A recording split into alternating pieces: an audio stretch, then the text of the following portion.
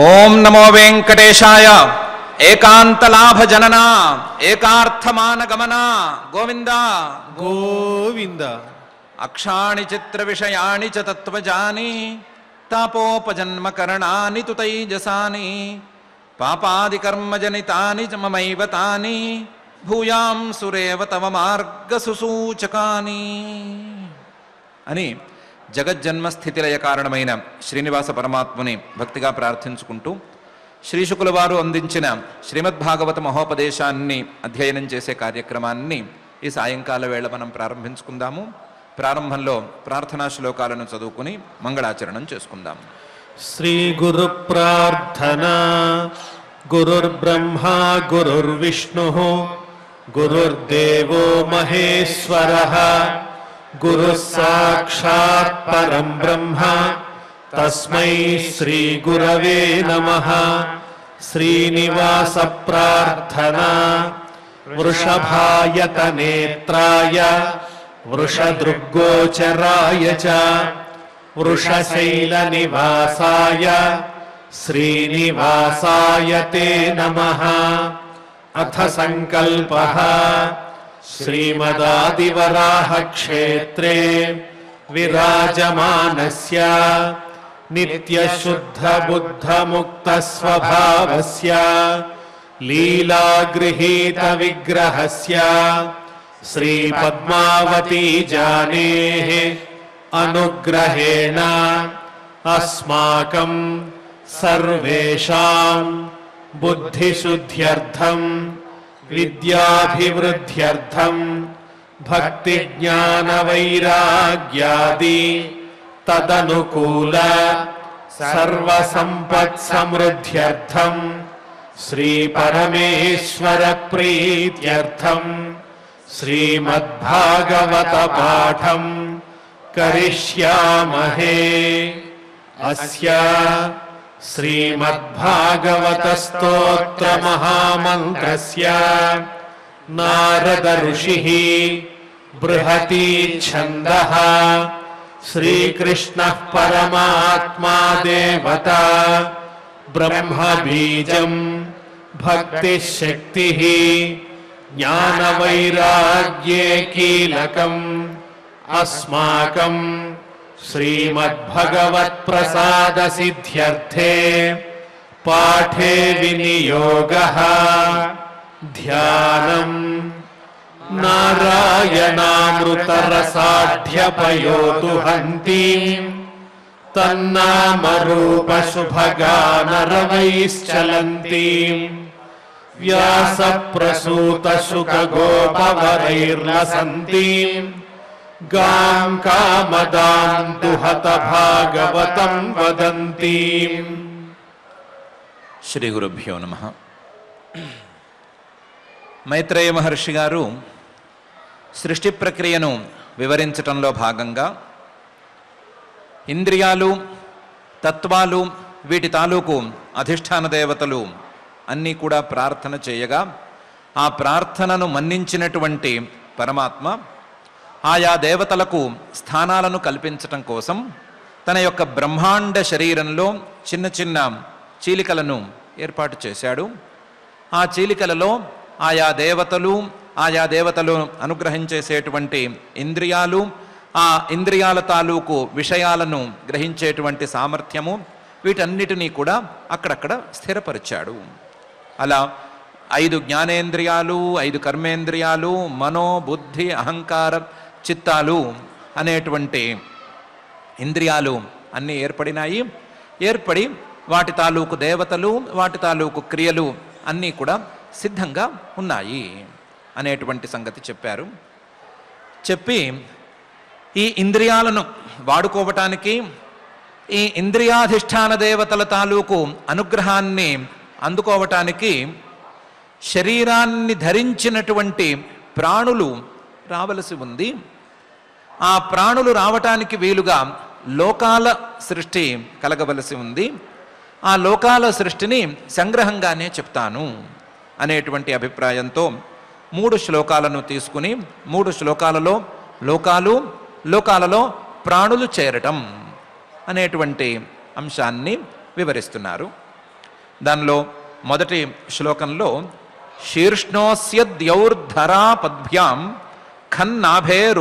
ఉదపద్యత గుణానాం వృత్తయో యేషు ప్రతీయంతే సురాదయః అని మొదటి శ్లోకంగా చెప్తున్నారు.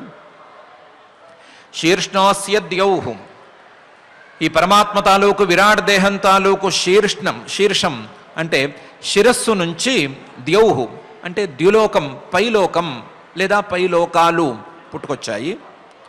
ధరా పద్భ్యాం, ఈ విరాట్ పురుషదేహం తాలూకు కాళ్ల నుండి భూమి మొదలైనటువంటి కింద లోకాలు పుట్టుకొచ్చాయి.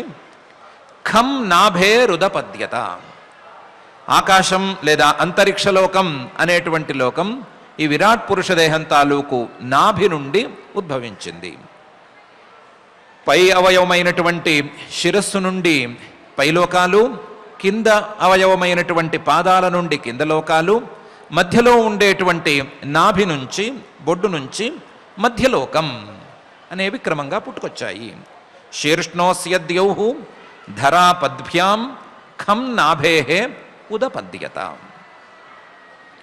ఈ లోకాలలో గుణానాం వృత్తయో యేషు ప్రతీయంతే సురాదయః, ఈ లోకాలలో ఉండటానికి వీలైన అర్హతను కలిగిన వాళ్ళు ఏ లోకంలో ఉండటానికి అర్హతను కలిగి ఉన్నారో ఆ లోకంలోకి చేరేటట్లుగా ఆయా లోకాల యొక్క సృష్టిని పరమాత్మ చేశాడు.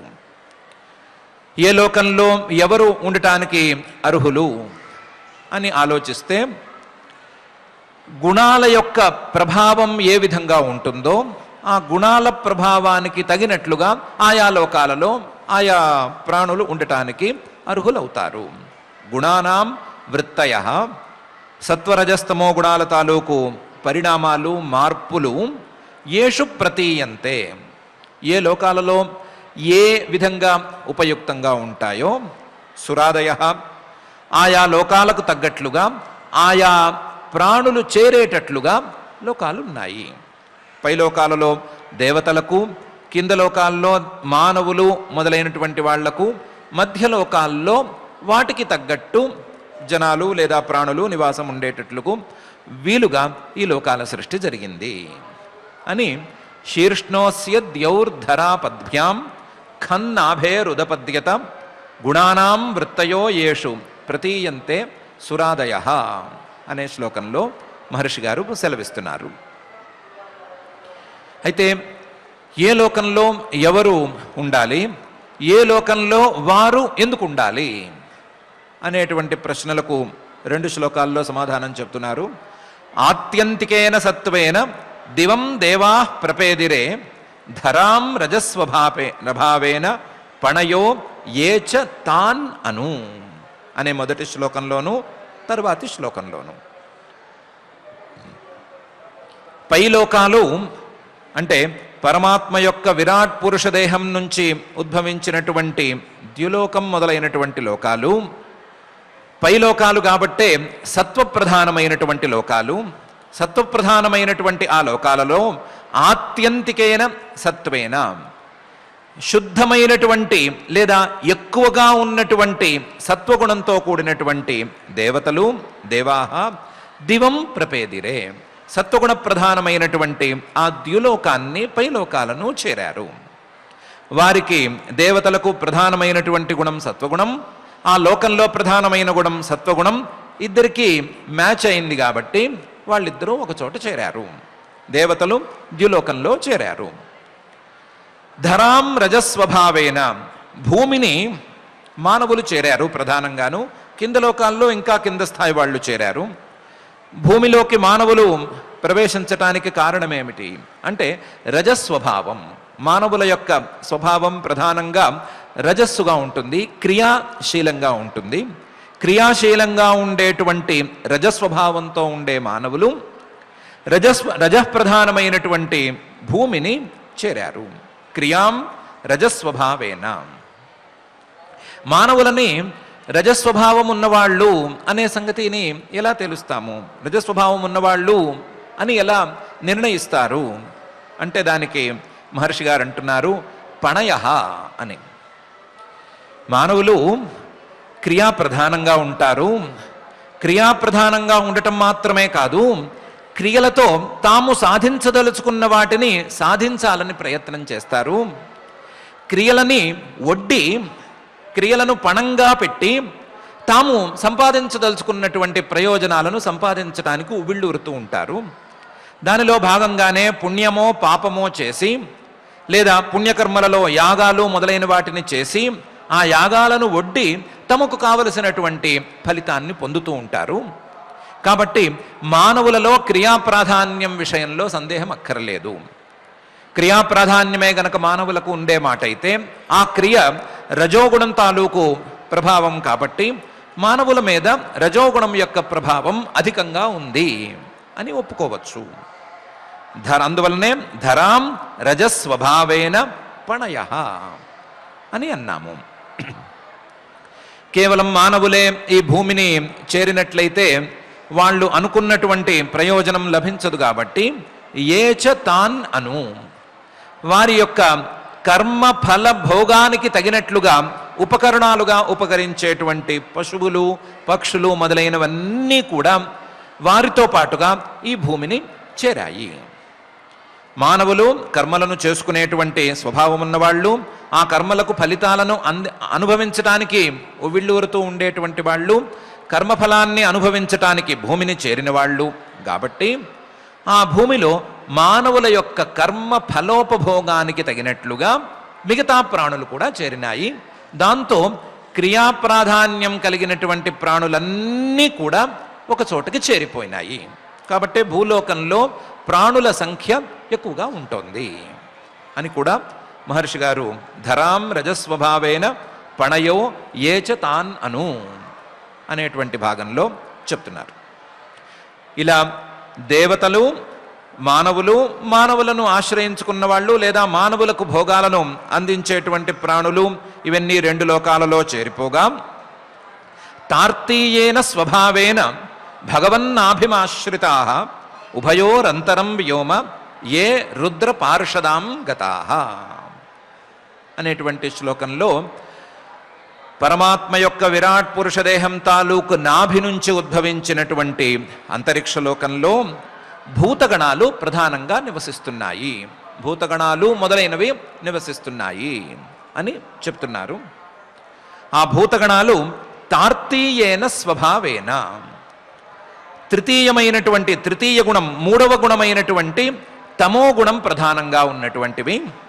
కాబట్టి ఆ తమోగుణ స్వభావంతో భగవన్నాభిమాశ్రితా, భగవంతుడి యొక్క ఆ విరాట్ పురుషదేహం తాలూకు నాభి నుంచి వచ్చిన అంతరిక్ష లోకాన్ని ఆశ్రయించుకుని ఆకాశంలో తేలి ఆడుతూ ఉభయోరంతరం వ్యోమ, పైలోకాలకు కింద లోకాలకు మధ్యలో ఉండేటువంటి ఈ అంతరిక్ష లోకం లేదా ఆకాశం అనే దాన్ని ఆశ్రయించుకుని అవి మనుగడను సాగిస్తున్నాయి.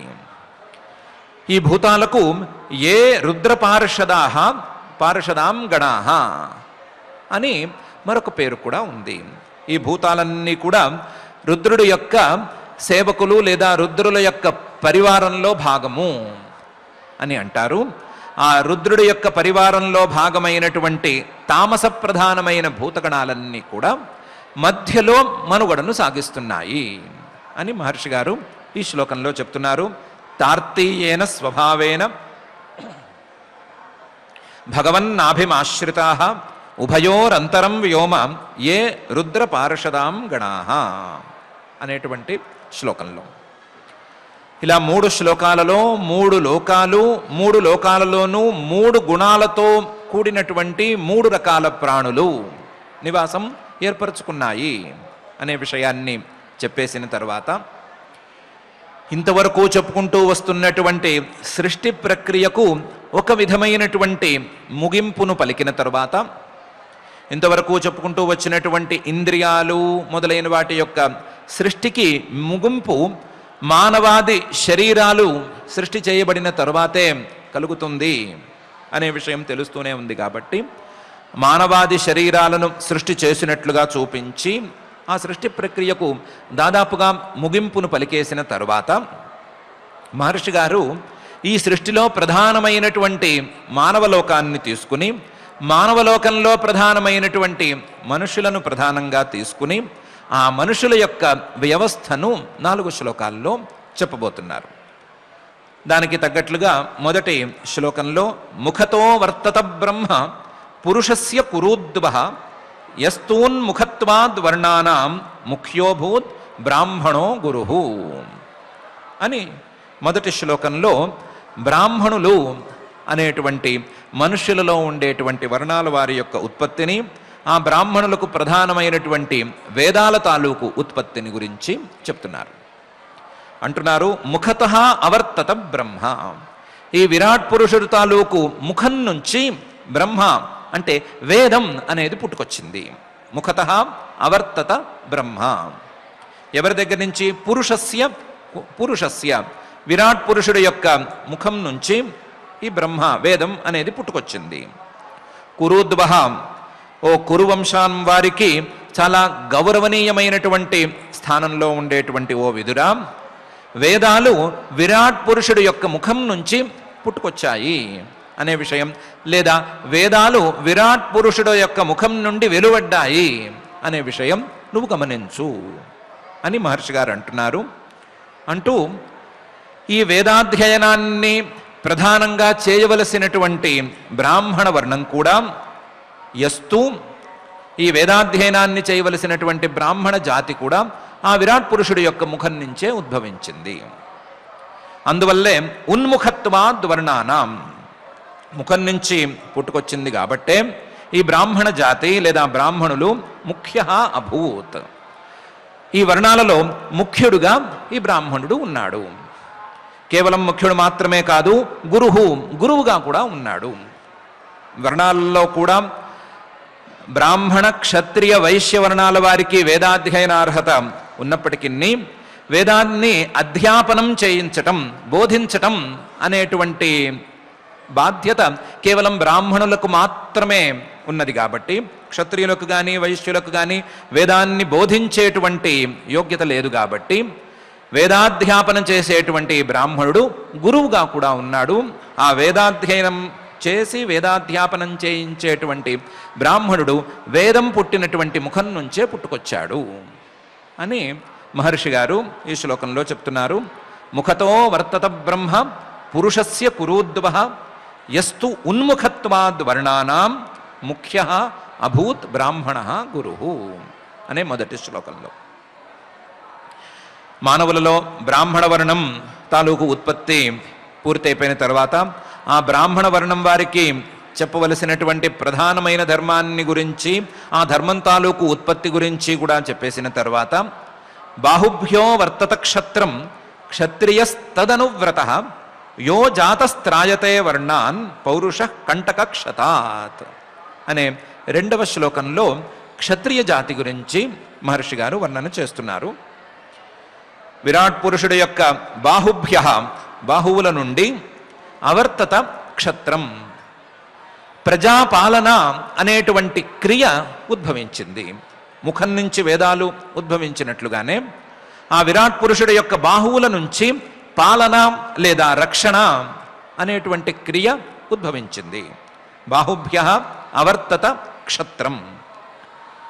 ఈ క్షత్రాన్ని, ప్రజాపాలనను లేదా రక్షణను ఒక బాధ్యతగా చేయటానికి క్షత్రియ తదనువ్రతః, ఆ బాధ్యతను తీసుకున్నటువంటి, ఆ బాధ్యతను సహజంగానే ధరించి ఉన్నటువంటి క్షత్రియుడు కూడా ఆ పరమాత్మ తాలూకు విరాట్ పురుషుడు యొక్క బాహువుల నుంచే పుట్టుకొచ్చాడు. క్షత్రియ తదనువ్రతః. అందువల్లే యో జాతః త్రాయతే వర్ణాన్, క్షత్రియుడు అనేటువంటి వాడికి పుట్టినంత మాత్రానే జన్మతః త్రాయతే వర్ణాన్, ఇతర వర్ణాల వారిని, సమాజంలో తనతో పాటు ఉండేటువంటి మిగతా వారందరినీ రక్షించేటువంటి బాధ్యత సహజంగానే సంక్రమిస్తుంది. అది స్వభావసిద్ధంగానే ఉంటుంది. స్వభావసిద్ధంగా తనకు తెలియకుండానే తాను అటు ఆ పని చేసేటట్లుగా ఉసిగొలుపుతుంది.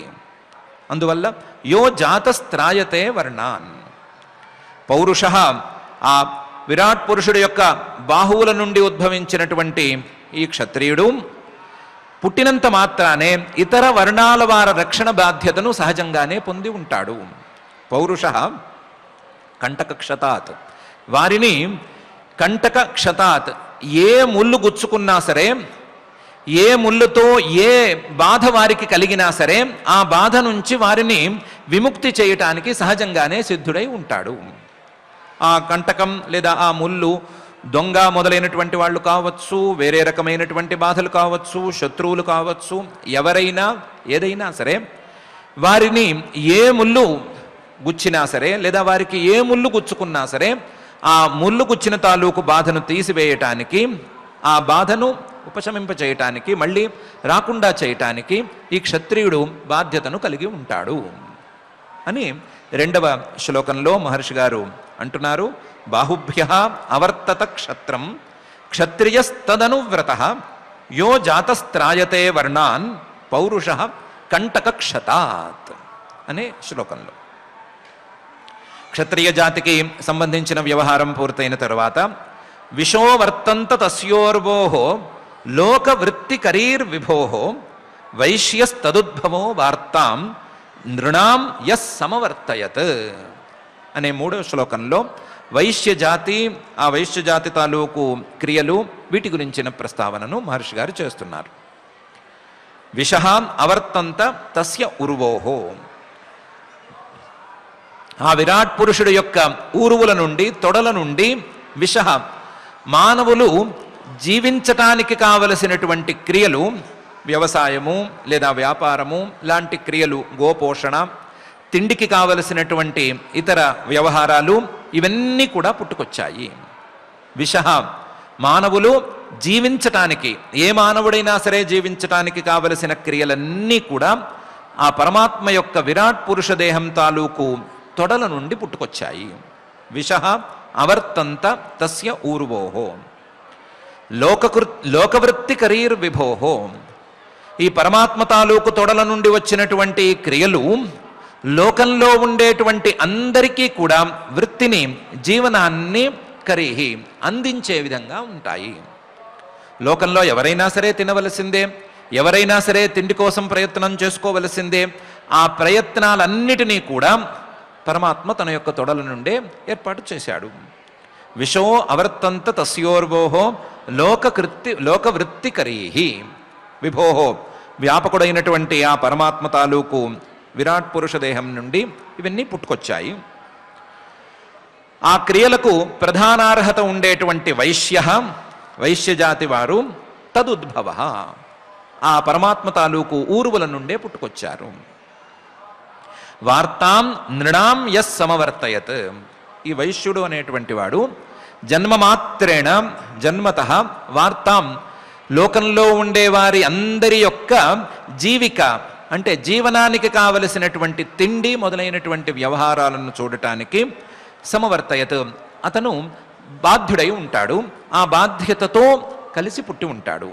ఆ బాధ్యతను నెరవేర్చడానికి పుట్టినటువంటి వైశ్యుడు, ఆ బాధ్యత తాలూకు క్రియలు అన్నీ కూడా పరమాత్మ తాలూకు ఊరువుల నుండి పుట్టుకొచ్చాయి అని విశో వర్తంత తస్యోర్వోహో లోకవృత్తికరీర్విభోహో వైశ్యస్తదుద్భవో వార్తాం నృణాం యస్ సమవర్తయత్ అనే శ్లోకంలో మహర్షి గారు చెప్తున్నారు.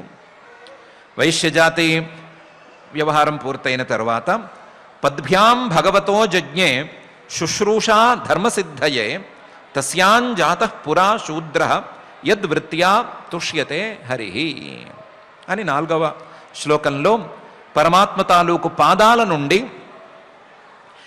శూద్ర జాతి, అలాగే వాళ్ళ యొక్క ప్రధాన ధర్మమైనటువంటి శుశ్రూష, ఈ 2 పుట్టుకొచ్చాయి అనే విషయాన్ని చెప్తున్నారు.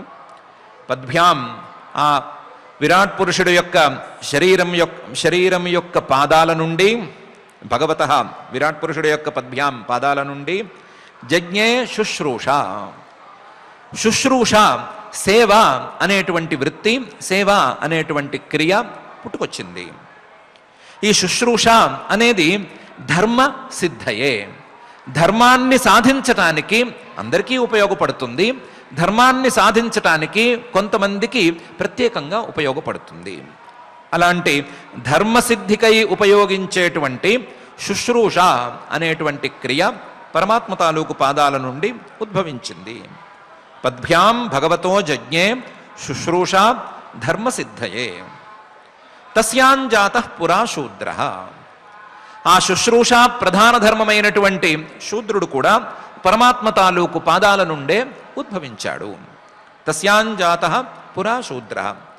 యద్వృత్యా ఆ శుశ్రూష అనేటువంటి వృత్తితో, అందులోనూ శూద్రులు చేసేటువంటి శుశ్రూష అనేటువంటి వృత్తితో తుష్యతే హరిహి.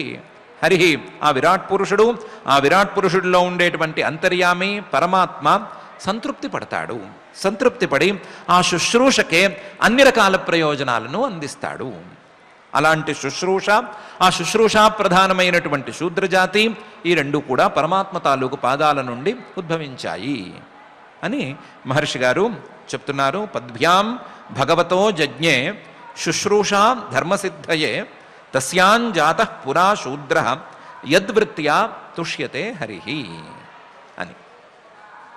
ఇలా 4 శ్లోకాలలో 4 వర్ణాల వారు, ఆ వర్ణాల తాలూకు ప్రధాన ధర్మాలు, ఆ ధర్మాల ద్వారా పరమాత్మను సంతోష పెట్టుకోగలగటం అనేటువంటి అంశాలను గురించి ప్రస్తావన చేసిన తరువాత 5వ శ్లోకంలో ఈ విషయాన్ని మరింత నొక్కి చెప్పటానికి ఏతే వర్ణా స్వధర్మేణ యజంతి స్వగురుం హరిం శ్రద్ధయా ఆత్మ విశుద్ధ్యర్థం యజ్జాతాః సహ వృత్తిభిః అని మరొక ప్రస్తావన చేస్తున్నారు. ఏతే వర్ణాః, ఇంతవరకు చెప్పుకున్నటువంటి 4 వర్ణాల వారు స్వధర్మేణ వారి వారికి పరమాత్మ ఉపదేశం చేసినటువంటి ధర్మంతో, ఎవరెవరికి ఏ ఏ ధర్మాన్ని ఉపదేశం చేశాడో ఆ ధర్మంతో స్వధర్మేణ యజంతి స్వగురుం హరిం. ఆ స్వధర్మాచరణతో వారు గనక ఉన్నట్లయితే వారు ఆ స్వధర్మాచరణతోనే శ్రీహరిని తమ జనకుడైనటువంటి, తమకు గురువైనటువంటి, తమకు జన్మతహానే ధర్మాన్ని బోధించినటువంటి ఆ శ్రీహరిని యజంతి పూజించుకున్నట్లు చేసుకుంటారు. ఆయా వర్ణాల వారు వారికి పరమాత్మ తమకు నిర్దేశించినటువంటి ధర్మాన్ని గనక ఆచరించుకుంటూ పోతున్నట్లయితే ఆ ధర్మాచరణ ద్వారా పరమాత్మను పూజించుకున్నట్లు అవుతుంది. ప్రతి వర్ణాల వారు వారి వారి ధర్మాన్ని ఆచరిస్తే పరమాత్మను పూజించుకున్నారు అనేది సిద్ధమవుతుంది. ఇదే గనక శ్రద్ధయా చేసుకున్నట్లయితే, శ్రద్ధతో చేసుకున్నట్లయితే, వేరే ఏ కోరిక లేకుండా కేవలం పరమాత్మ గురువు మాకు ఉపదేశం చేశాడు, మాకు జన్మతః ఇది సంప్రాప్తమైంది, జన్మతః సంప్రాప్తమైంది కాబట్టి మేము ఈ ధర్మంలో ఉండాలి అని భావించి చేసుకున్నట్లయితే, విశ్వాసంతో చేసుకున్నట్లయితే ఆత్మ విశుద్ధ్యర్థం, మనస్సు తాలూకు శుద్ధి అనేది ఏర్పడుతుంది. శ్రద్ధయా ఆత్మ విశుద్ధ్యర్థం. ఇదే గనక ఈ ధర్మాచరణ శ్రద్ధతో కేవలం పరమేశ్వరుడు ఉపదేశం చేశాడు అనేటువంటి భావనతో చేసుకునే మాట అయితే ఆత్మ విశుద్ధ్యర్థం ఉపయోగపడుతుంది. అలా కాకపోతే ఏ ఏ ధర్మాచరణం ఏ ఏ ఫలితాన్ని అందించగలదో ఆయా ఫలితాన్ని అందిస్తుంది అని చెప్పకనే చెప్పారు. కాకపోతే ఆయా వర్ణాల వారికి మాత్రం ఆయా ధర్మాలు తప్పనిసరి అని కూడా చెప్తున్నారు. యజ్జాతాః సహ వృత్తిభిః అనేటువంటి భాగంలో ఆయా వర్ణాల వారు, ఆయా మనుషులు పుట్టేటప్పుడే ఆయా ధర్మంతో కలిసే పుడుతున్నారు. వారికి జగద్గురువైనటువంటి పరమాత్మ ఉపదేశం చేసినటువంటి ధర్మంతో సహానే పుడుతున్నారు. ధర్మం లేకుండా, ధర్మంతో సంబంధం లేకుండా మా ఇష్టం వచ్చినట్లు మేము సంచరిస్తాము అనేటువంటి స్వాతంత్ర్యంతో వాళ్ళేమీ పుట్టడం లేదు.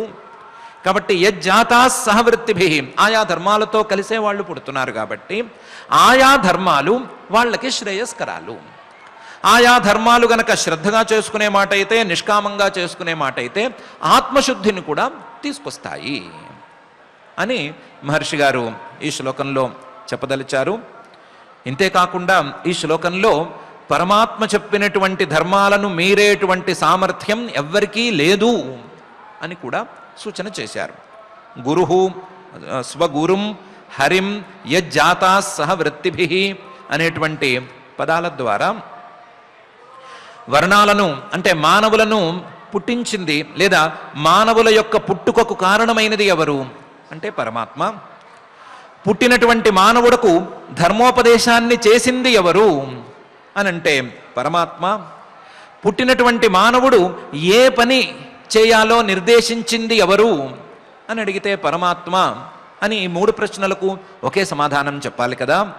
కాబట్టి ఆయా మానవులను సృష్టి చేసినటువంటి పరమాత్మ ఏ ధర్మాన్ని ఆ మానవుడికి సృష్టి చేశాడో, ఏ ధర్మంతో కలిపి సృష్టి చేశాడో, ఏ ధర్మాన్ని ఉపదేశం చేశాడో ఆ ధర్మాన్ని ఆచరించటం మాత్రమే వాళ్లకు శ్రేయస్కరము. ఆ ధర్మాన్ని దాటి వెళ్ళే స్వాతంత్ర్యం అనేది ఎవరికీ లేదు అనే విషయాన్ని నిక్కచ్చిగానే చెప్పారు. ఏతే వర్ణా స్వధర్మేణ యజంతి స్వగురుం హరిం శ్రద్ధయా ఆత్మ విశుద్ధ్యర్థం యజ్జాతా సహ వృత్తిభిః అనేటువంటి ఈ శ్లోకంలో ఇలా మొత్తం సృష్టి ప్రక్రియలో తత్వాల సృష్టిలో భాగంగా దేవతలు మొదలైన వాటి సృష్టిని, ఆ దేవతల సృష్టి జరిగిన తర్వాత లోకాల సృష్టిని, లోకాల సృష్టి తర్వాత లోకాలలో ఉండే ఆయా ప్రాణుల యొక్క సృష్టిని, ఆ ప్రాణులలో ప్రధానంగా ఉండేటువంటి మానవుల సృష్టిని, మానవులలో 4 వర్ణాల సృష్టిని, ఆ వర్ణాల వారికి చెప్పవలసినటువంటి ధర్మాల సృష్టిని, ఆ వర్ణాల వారు చేయవలసినటువంటి పనుల తాలూకు సృష్టిని అన్నిటినీ గురించి వివరంగా చెప్పిన తరువాత మహర్షి గారు అంటున్నారు, ఏతత్ క్షత్తః భగవతో దైవ కర్మ ఆత్మరూపిణ కశ్రద్ధధ్యాదుపాకర్తుం యోగమాయా బలోదయం అని. ఓ విదురా, క్షత్తః, ఓ విదురా, ఏతత్ ఇంతవరకు నేను నీకేదో చెప్పానని అనుకుంటున్నావు కదా, నువ్వు సృష్టి ప్రక్రియ అంతా చెప్పేశాను అని అనుకుంటున్నావు కదా. సృష్టి ప్రక్రియను చెప్పేందుకు అర్హత, చెప్పే సామర్థ్యం అనేది ఎవరికి ఉంది? ఏతత్ క్షత్తః భగవతః దైవకర్మ ఆత్మరూపిణః. ఈ సృష్టి సామాన్య మానవుడిది కాదు, సామాన్య జీవుడిది కాదు. దైవ కర్మ ఆత్మరూపిణః భగవతః. కాల కర్మ స్వభావాలను శక్తులుగా తీసుకున్నటువంటి, కాలాన్ని అలాగే జీవుల తాలూకు కర్మలను అలాగే తన యొక్క శక్తి అయినటువంటి మాయని సహకారంగా తీసుకున్నటువంటి భగవతః, ఆ పరమాత్మ యొక్క కర్మ ఇది. ఏతత్ క్షత్తః భగవతః దైవ కర్మ ఆత్మరూపిణః. ఇలాంటి కర్మలను గురించి, పరమాత్మ తాలూకు ఈ సృష్టి ప్రక్రియ మొదలైన వాటి గురించి చెప్పాలి అనేటువంటి కోరిక మాత్రం ఎవరికి కలుగుతుంది? కశ్రద్ధధ్యాత్. పరమాత్మ తాలూకు సృష్టిని మొత్తాన్ని నేను చెప్పేయాలి అనే కోరిక కూడా తప్పే. ఆ కోరిక కూడా ఎవరికి అయ్యే పని కాదు. కోరికే అయ్యే పని కాదు అని అనుకున్నప్పుడు దాన్ని చెప్పటం, పూర్తిగా వివరంగా చెప్పటం లేదా పరిపూర్ణంగా పూర్తి చేసేశాను అని అనుకునేలాగా చెప్పటం అనేది ఎవ్వరితరమూ కాదు. కశ్రద్ధధ్యాత్ ఉపాకర్తుం. దాన్ని నిరూపణ చేయటం అనేది ఎవరి వల్ల కాదు, చేయాలని అనుకోవటం కూడా తప్పు. యోగమాయా బలోదయం. ఆయన తన యోగమాయ తాలూకు బలంతో ఎన్నెన్నో సృష్టిలను చేయగలడు. ఏ సృష్టిని ఎప్పుడు చేస్తాడు అని చెప్పగలగటం ఎవరి వల్ల కాదు, అలా చెప్పాలనుకోవటం ఎవరి వల్ల కాదు. కాబట్టి ఈ సృష్టిని నేనేదో నీకు పరిచయం లాగా చేశాను కానీ, ఈ సృష్టి ద్వారా పరమాత్మను అందుకోవటానికి ఒక దారినైతే నీకు ఏర్పరిచాను కానీ సృష్టి ప్రక్రియను మొత్తాన్ని చెప్పేశాను అని మాత్రం నువ్వు అనుకోవద్దు అని ఈ శ్లోకంలో మహర్షి గారు ఏతత్ క్షత్తః భగవతః దైవ కర్మ ఆత్మరూపిణః కశ్రద్ధధ్యాత్ ఉపాకర్తుం యోగమాయా బలోదయం అని చెప్తున్నారు. అయితే ఎవరూ చెప్పలేనిది, ఎవరూ చెప్పాలని కూడా అనుకోనిది అయితే నువ్వెందుకు మొదలుపెట్టావు అని మనం మధ్యలో ఉంటే అడిగి తీరుతాం కదా. తెలియని కాడికి నువ్వెందుకు మొదలుపెట్టడం అని అంటాం కదా. అందుకని అలా కాదు, తెలియకపోయినా చెప్పచ్చు. తెలియకపోతే మిగతా విషయాలు చెప్పకూడదేమో కానీ పరమాత్మ తాలూకు ఈ అంశాలను గురించి మాత్రం ఎంత తెలిస్తే అంత చెప్పుకోవచ్చు. మొత్తం తెలియాలి అనే నియమమేమీ లేదు. అని పై శ్లోకంలో తథాపి కీర్తయామ్యంగ యథామతి యథాశ్రుతం కీర్తిం హరే స్వాం సత్కర్తుం గిరమన్యాభిధాసతి అని అంటున్నారు. తథాపి పరమాత్మ తాలూకు సృష్టి ప్రక్రియను మొత్తం చెప్పటం ఎవరి వల్ల కాదు, అలా చెప్పాలనుకోవటం అసంభవం అనే మాట ఉన్నప్పటికీ కీర్తయామి, నేను మాత్రం చెప్తాను. అంగా ప్రియుడైనటువంటి ఓ విదుర, నీకు నీలాంటి వారికి చెప్తాను, వినేవారికి ప్రియంగా వినేవారికి చెప్తాను. తథాపి కీర్తయామి అంగా తెలియని కాడికి ఎలా చెప్తావు అని అడుగుతున్నావు కదా. యథామతి, ఎంత తెలిస్తే అంత చెప్తాను. ఆ తెలిసింది ఎక్కడి నుంచి తెలిసింది, నువ్వు ఊహించి తెలుసుకుందా అంటే కాదు. యథాశ్రుతం, నాకు మా గురువులు ఏ విధంగా ఉపదేశం చేశారో ఆ ఉపదేశం చేసినటువంటి విధానంలో చెప్తాను. వారు నాకు ఉపదేశం చేశారు, చేసినటువంటి ఉపదేశాన్ని నేను యథామతిగా తెలుసుకున్నాను, నాకు తెలిసింది నేను చెప్తాను. తథాపి కీర్తయామ్యంగా యథామతి యథాశ్రుతం. ఏం చెప్తావు? కీర్తిం హరేహే, ఆ శ్రీహరి యొక్క కీర్తిని, ఆ కీర్తిలో భాగమైనటువంటి ఈ సృష్టిని, ఆయన తత్వాన్ని, వీటన్నిటి గురించి నేను చెప్తాను. ఇది మా గురువుగారుల దగ్గర నుంచి నేను విన్నాను, విన్నదాన్ని నేను అర్థం చేసుకున్నంత స్థాయిలో నువ్వు ప్రియంగా వింటున్నావు కాబట్టి నీకు చెప్తాను. ఎందుకు చెప్తాను అంటే నీకోసం కూడా కాదు అని చెప్పుకోవచ్చు. స్వాం సత్కర్తుం గిరం, నా యొక్క మాటను నేను సత్కరించుకోవటానికి, నా యొక్క వాక్కును నేనే పవిత్రం చేసుకోవటానికి నేను చెప్తాను. నీ వాక్కును నువ్వు ఎందుకు పవిత్రం చేసుకోవాలయ్యా అంటే నా వాక్కు అపవిత్రం అయింది. ఎలా అయింది? గిరం అన్యాభిధాసతి, ఈ వాక్కు పరమాత్మను తప్ప, పరమాత్మ కాక వేరే విషయాలను గురించి మాట్లాడి మాట్లాడి మాట్లాడి ఇది అసతి అంటే చెడ్డదైపోయింది లేదా అపవిత్రమైపోయింది.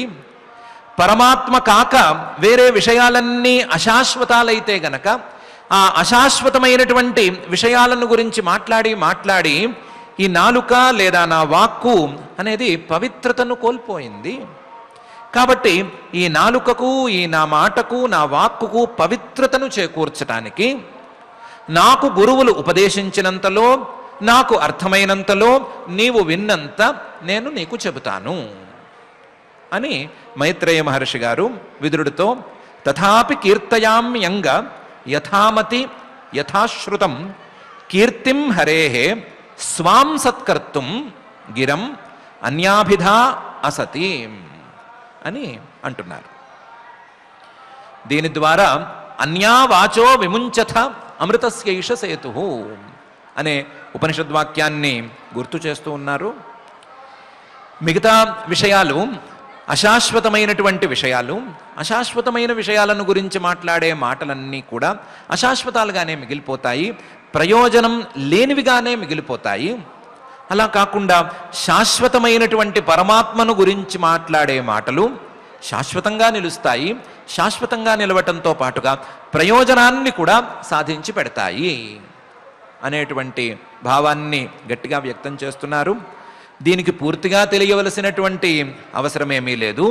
గురువుల నుండి కాస్తంత ఉపదేశం పొందితే చాలు, ఆ ఉపదేశాన్ని యథామతిగా అర్థం చేసుకుంటే చాలు, వినేవాడు సంసిద్ధంగా ఉంటే చాలు, చెప్పుకోవచ్చు, నోరైనా బాగుపడుతుంది అని మహర్షి గారు చెప్తున్నారు. తథాపి కీర్తయామ్యంగా యథామతి యథాశ్రుతం కీర్తిం హరే స్వాం సత్కర్తుం గిరమన్యాభిధాసతి అనే ఈ శ్లోకంలో. అసలు ఇవన్నీ కాదు, పరమాత్మ గురించి ఏమీ తెలియకపోయినా సరే మాట్లాడచ్చు, ఏమీ తప్పులేదు. మిగతా విషయాల్లో తెలియకపోతే మాట్లాడకూడదు అని చెప్తారు. చిన్నప్పటి నుంచి తెలిస్తేనే మాట్లాడు, తెలియకపోతే నోరు మూసి కూర్చోమని చెప్తారు. కానీ పరమాత్మ విషయంలో మాత్రం దాన్ని దాటొచ్చు అని పై శ్లోకంలో అంటున్నారు. ఏకాంతలాభం వచసోను పుంసాం సుశ్లోకమౌలైర్గుణవాదమాహు శ్రుతేశ్చ విద్వద్భిరుపాకృతాయాం కథాసుధాయాముపసంప్రయోగం అనే శ్లోకంలో వచసః మానవులకు ఉండేటువంటి వాక్కుకు ప్రయోజనం ఏమిటి అని ప్రశ్న. మానవులకు మాత్రమే వాక్కు ఎందుకుంది, మిగతా ప్రాణులకు వాక్కు ఎందుకు లేదు, మానవులకు ఉండేటువంటి ఈ వాక్కుకి, ఈ మాటకి అసలు ప్రయోజనం ఏమిటి అనే విచారణ చాలా సందర్భాల్లో చాలామంది చేశారు. చేసి ఏకాంత లాభం, ఏదో మిగతా చిన్న చితకా లాభాలేవో ఉన్నాయి, అవేమీ సరి అయిన లాభాలు కావు, చెప్పుకోదగ్గ స్థాయిలో ఉండే లాభాలు కూడా కావు. ఎక్స్ప్రెషన్స్ అంటారు, అవంటారు, ఇవన్నీ ఏమీ లెక్కలోకి రావు. నిజమైన ఏకాంత లాభం అంటే నిశ్చితమైనటువంటి లాభం, తప్పనిసరిగా ఉండేటువంటి లాభం, మానవుల యొక్క మాటలకు ఉండేటువంటి లాభం. పుంసాం శుశ్లోకమౌళేహే గుణవాదం ఇత్యాహు.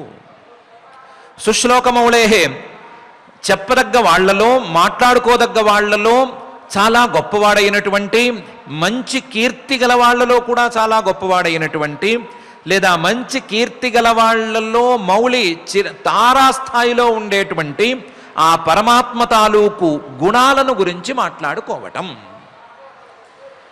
మానవుల యొక్క మాటకు ప్రయోజనం ఏమిటి, పరమాత్మను గురించి మాట్లాడుకోవటం. లేదా మానవుల యొక్క వాక్శక్తి అనేది దాదాపు 99% వ్యర్థం అని చెప్పుకోవచ్చు. ఏకాంత లాభం, తప్పనిసరిగా ఉండేటువంటి లాభం మాత్రం పరమాత్మను గురించి మాట్లాడుకోవటం, తెలిసినా తెలియకపోయినా. ఏకాంత లాభం వచసోను పుంసాం సుశ్లోకమౌలేర్ గుణవాదమాహు. పనిలో పని మానవులకు మాత్రమే వినికిడి శక్తి ఉంది కదా, ఇతర ప్రాణులకు ఇంత స్పష్టంగా అక్షరాలు అవి వినిపించవు కదా, వాటికి శబ్దాలు మాత్రమే వినిపిస్తాయి కదా.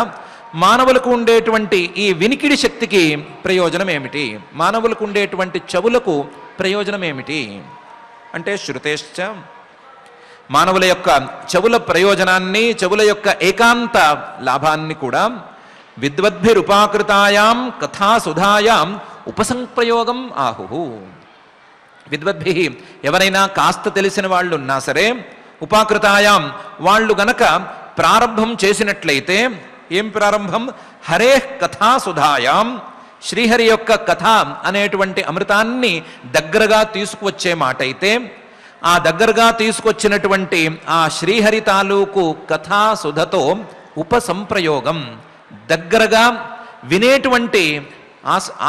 వినేటువంటి అవకాశాన్ని పొందటం, ఆ వినేటువంటి దగ్గరితనాన్ని, ఆ శబ్దంతో దగ్గరితనాన్ని పొందటం అనే దాన్ని వినికిడి శక్తి యొక్క ఏకాంత లాభంగా ఆ విచారణ చేసిన వాళ్ళు చెప్పారు. మానవులకు మాత్రమే ప్రత్యేకించినటువంటి వినికిడి శక్తి ఎప్పుడు సార్థకమవుతుంది అంటే, ఎవరైనా తెలిసిన వాళ్ళు చెప్పినప్పుడు ఆ చెప్పినటువంటి పరమాత్మ తాలూకు మాటలను వినటం అనేటువంటి ప్రక్రియను సాధించినప్పుడు అని మహర్షి గారు అంటున్నారు. తెలిసినా తెలియకపోయినా పరమాత్మ గురించి మాట్లాడవచ్చు, తెలిసిన వాళ్ళు చెబితే పరమాత్మను గురించి వింటూనే ఉండవచ్చు. ఇలా ఉన్నప్పుడే మాటకు చెవికి విలువ, లేకపోతే ఈ మానవులకు మాత్రమే ప్రత్యేకించినటువంటి ఈ రెండు శక్తులకు విలువ అనేది లేదు అనే విషయాన్ని చెప్తున్నారు. ఏకాంతలాభం వచసోను పుంసాం సుశ్లోకమౌలేర్ గుణవాదమాహు శృతేశ్చ విద్వద్భిరుపాకృతాయాం కథా సుధాయాం ఉపసంప్రయోగం అనే ఈ శ్లోకంలో. ఎంత చెప్పినా మీరు చెప్పేది కన్విన్సింగ్గా లేదు, తెలిస్తే చెప్పాలి, తెలియకపోతే చెప్పకూడదు, తెలియకపోతే మాట్లాడకుండా ఉండటమే శ్రేయస్కరం అనేటువంటి నియమాన్ని దాటడంలో ఏమీ కారణం కనిపించటం లేదు అని అనే మాట అయితే, దానికి సమాధానాన్ని మహర్షి గారు పై శ్లోకంలో చెప్తున్నారు. ఆత్మనో వసితో వత్స మహిమా కవినాదిన సంవత్సర సహస్రాంతే ధియా యోగ విపక్వయా అనే శ్లోకంలో. ఏమయ్యా, తెలిస్తేనే చెప్పాలి అంటున్నావు కదా, తెలిస్తేనే చెప్పే మాట అయితే ఆ పరమాత్మ గురించి చెప్పటం ఎవరి వల్ల అయ్యే పని కాదు. ఎందుకంటే పరమాత్మను తెలుసుకోవటానికి ప్రయత్నం చేసి సఫలమయ్యాడు అని అనుకునే వాళ్ళలో బ్రహ్మగారు ముందున్నారు కదా. ఆ బ్రహ్మగారికి కూడా పరమాత్మ గురించి పూర్తిగా తెలిసింది అని గ్యారంటీ ఎవరిస్తారు?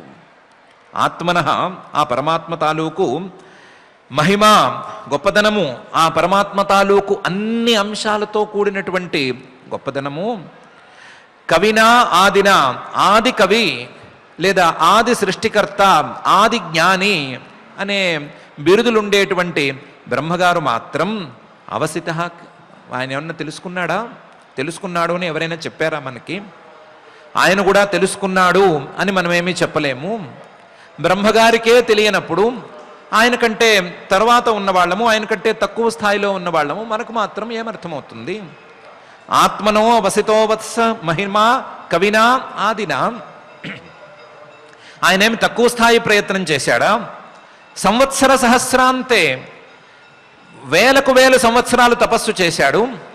ఆ వేలకు వేలు సంవత్సరాలు చేసినటువంటి తపస్సు, యోగరూపమైనటువంటి తపస్సు బుద్ధిని ప్రసాదిస్తే, ఆ బుద్ధి యోగంతో పరిపాకాన్ని పొందితే, ధియా యోగ విపక్వయ, ఎన్నో వేల సంవత్సరాల పాటు సాధన చేసుకోగా యోగసిద్ధి అందగా, ఆ యోగసిద్ధితో వచ్చినటువంటి బుద్ధి, ఆ యోగసిద్ధితో పరిపక్వమైనటువంటి బుద్ధి ఉన్న బ్రహ్మగారే పరమాత్మ తాలూకు మహిమలను పూర్తిగా అర్థం చేసుకోలేనప్పుడు మిగతా వాళ్ళ గురించి మాట్లాడుకోవలసిందేముంటుంది? కాబట్టి పరమాత్మ తాలూకు మహిమలన్నీ తెలిస్తేనే, మొత్తం తెలిస్తేనే మాట్లాడాలి అనేటువంటి నియమం బ్రహ్మగారికే లేదు. బ్రహ్మగారికే లేనప్పుడు మనకు మాత్రం ఎక్కడి నుంచి వస్తుంది అని పరమాత్మ గురించి తెలుసుకోవటానికి చేసేటువంటి ప్రయత్నంలో భాగమైన ఈ మాట్లాడటం తెలుసుకున్న తరువాతే అనేది జరిగేది కాదు అని సూచన చేస్తున్నారు. ఆత్మనః అవసితో వత్స మహిమా కవినా ఆదినా సంవత్సర సహస్రాంతే ధియా యోగ విపక్వయ అనే ఈ శ్లోకంలో. అసలు ఇవన్నీ కాదు, ఆ పరమాత్మ తాలూకు మహిమ గొప్పతనం అనేది పరమాత్మకు కూడా తెలియదు అని చెప్పుకోవాలి. పరమాత్మకు కూడా తెలియదేమో అని అనుకోవాలి. ఎందుకంటే అతో భగవతో మాయా మాయినామపి మోహిని యత్ స్వయం చాత్మవర్త్మాత్మ న వేద కిము తాపరే. ఈ భగవత ఆ శ్రీహరి తాలూకు, ఆ పరమాత్మ తాలూకు మాయా, దైవీ మాయా, మాయినామపి మోహిని. లోకంలో మిగతా వాళ్ళందరినీ మాయ చేసేవాళ్ళు, మోసం చేసేవాళ్ళు, లేదా గారడీ చేసేవాళ్ళు, బురిడి కొట్టించేవాళ్ళు చాలామంది ఉంటారు కదా. వాళ్ళందరినీ కూడా మోహిని సమ్మోహపరుస్తుంది. పరమాత్మ మాయ ముందు మిగతా మాయలు అనేవి లెక్కనే లేవు, కనీసం పిల్ల మాయల కింద కూడా రావు. అతో భగవతో మాయ మాయినామపి మోహిని, అందరినీ సమ్మోహపరిచేదే ఆ భగవంతుడి యొక్క మాయ. ఆ మాయ తాలూకు ప్రభావాన్ని, ఆ మాయ తాలూకు మహిమని యత్స్వయం చ ఆత్మవర్త్మాత్మ నవేద. తన మాయలో ఎన్ని మహిమలున్నాయి, ఎన్ని శక్తులున్నాయి, ఎన్ని రకాల పని ఈ మాయ చేయగలదు అనేటువంటి విషయాన్ని ఒకవేళ ఆ పరమాత్మకు కూడా తెలియదేమో అన్నంత స్థాయిలో మహిమలున్నాయి. యత్స్వయం చాత్మవర్త్మాత్మ, తన యొక్క స్వస్వరూప జ్ఞానంలోనే నిరంతరం ఉండేటువంటి ఆ పరమాత్మ కూడా తనలోని మాయ తాలూకు అనంతమైనటువంటి మహిమలను గురించి తెలుసుకోలేడేమో అని అనిపిస్తోంది. అలాంటప్పుడు కిముతాపరే, మిగతా వాళ్ళ గురించి ఏం చెప్పుకోవాలి? కాబట్టి పరమాత్మ మహిమలు, పరమాత్మ యొక్క సృష్ట్యాది మహిమలు, పరమాత్మ యొక్క మాయ ద్వారా వచ్చేటువంటి మహిమలు, వీటిని తెలుసుకోవటం అనేది ఎవ్వరి వల్ల కాదు, అయ్యే పని కాదు. కాబట్టి వాటి మీద ఎక్కువ దృష్టి పెట్టుకోనక్కర్లేదు. పరమాత్మ తత్వాన్ని అందుకోవటానికి ప్రయత్నం చేసుకోవాలి. ఆ ప్రయత్నం మాటల రూపంలోనూ అలాగే వినటం అనేటువంటి రూపంలోనూ చేసుకోవలసిందే అని మహర్షి గారు అతో భగవతో మాయా మాయినామపి మోహిని యత్ స్వయం చాత్మవర్త్మాత్మ నవేద కిముతాపరే అనే ఈ శ్లోకంలో చెప్తున్నారు. సరే, బాగానే ఉంది. పరమాత్మ తాలూకు మాయలను కానీ ఆ మాయలో ఉండేటువంటి మహిమలను కానీ లేదా ఆ సృష్టి ప్రక్రియలను కానీ మొత్తం తెలుసుకోవటం ఎవరి వల్ల కాదంటున్నారు. మొత్తం తెలుసుకోకుండా చెప్పకూడదు అనేటువంటి నియమం లేదంటే లేదంటున్నారు. బాగానే ఉంది. కానీ ఇంతకు ముందే చెప్పేసినటువంటి విషయాన్ని ఎందుకు చెప్పారు. మీరు మొత్తంగా నేను చెప్పింది ఫైనల్ అనేటువంటి మాట ఏమీ అనటం లేదు. ఇది ఇంతే, ఇంతకు మించి ఏమీ లేదు అనే మాట ఏమీ అనటం లేదు. అలా అనటం ఎవరి వల్ల కాదు అని కూడా ప్రత్యేకించి అంటున్నారు.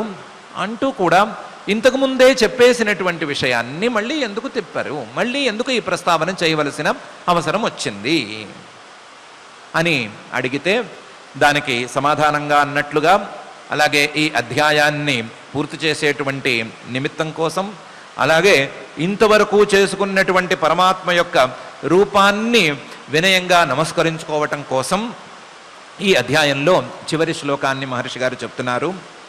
యతోప్రాప్యన్యవర్తంత వాచశ్చ మనసా సహ అహంచాన్య ఇమే దేవాః తస్మై భగవతే నమః అనే శ్లోకంలో